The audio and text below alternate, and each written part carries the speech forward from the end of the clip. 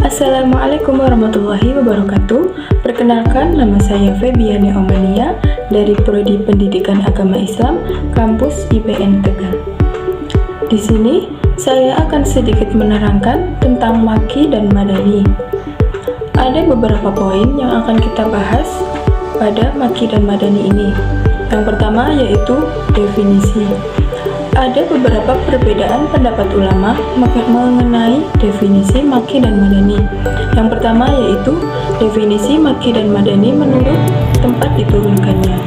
Jadi, ketika ada ayat Al-Quran yang turun di kota Makkah dan sekitarnya seperti Mina, itu dinamakan ayat Makkiyah. Dan ketika ada ayat yang turun di kota Madinah dan sekitarnya itu dinamakan ayat Madinah.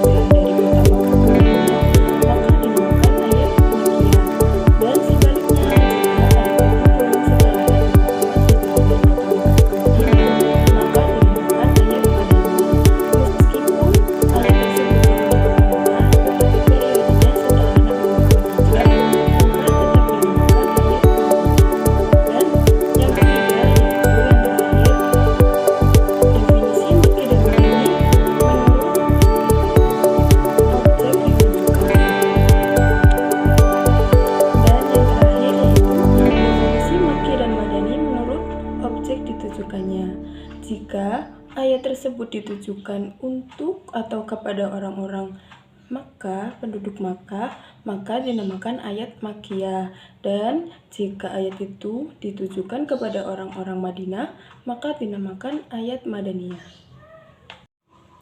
Dan dari tiga pendapat ulama itu, yang paling masyhur dan paling diketahui oleh banyak orang itu definisi yang kedua, yaitu definisi maki dan madani menurut periode diturunkannya.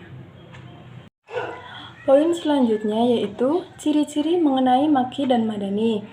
Di dalam ayat maki itu berisikan tentang pondasi keimanan dan tauhid. Kenapa? Karena pada zaman dahulu mayoritas penduduk Makkah itu masih menyembah berhala atau belum beriman. Sedangkan di dalam ayat Madani itu berisikan tentang terapan hukum, fikih, muamalah, dan lain-lain. Selanjutnya yaitu di dalam ayat Makkiyah sering muncul kalimat ya ayyuhan nas, sedangkan di dalam ayat Madaniyah itu biasanya sering muncul kalimat ya ayyuhalladzina amanu. Ciri selanjutnya yaitu ayat Makkiyah itu biasanya tergolong ayatnya itu pendek-pendek. Nah, sedangkan ayat Madani itu biasanya ayatnya panjang-panjang seperti surat Al-Baqarah, An-Nisa, Al-Imran, dan lain-lain. Itulah tadi ciri-ciri mengenai ayat Makki dan Madani. Poin selanjutnya yaitu manfaat. Apa sih manfaat kita mengetahui ayat itu Makki atau Madani? Nah, manfaatnya itu yang pertama untuk mengetahui nasih dan mansukh suatu ayat tersebut, mana hukum yang sudah dihapus dan mana hukum yang terbaru gitu.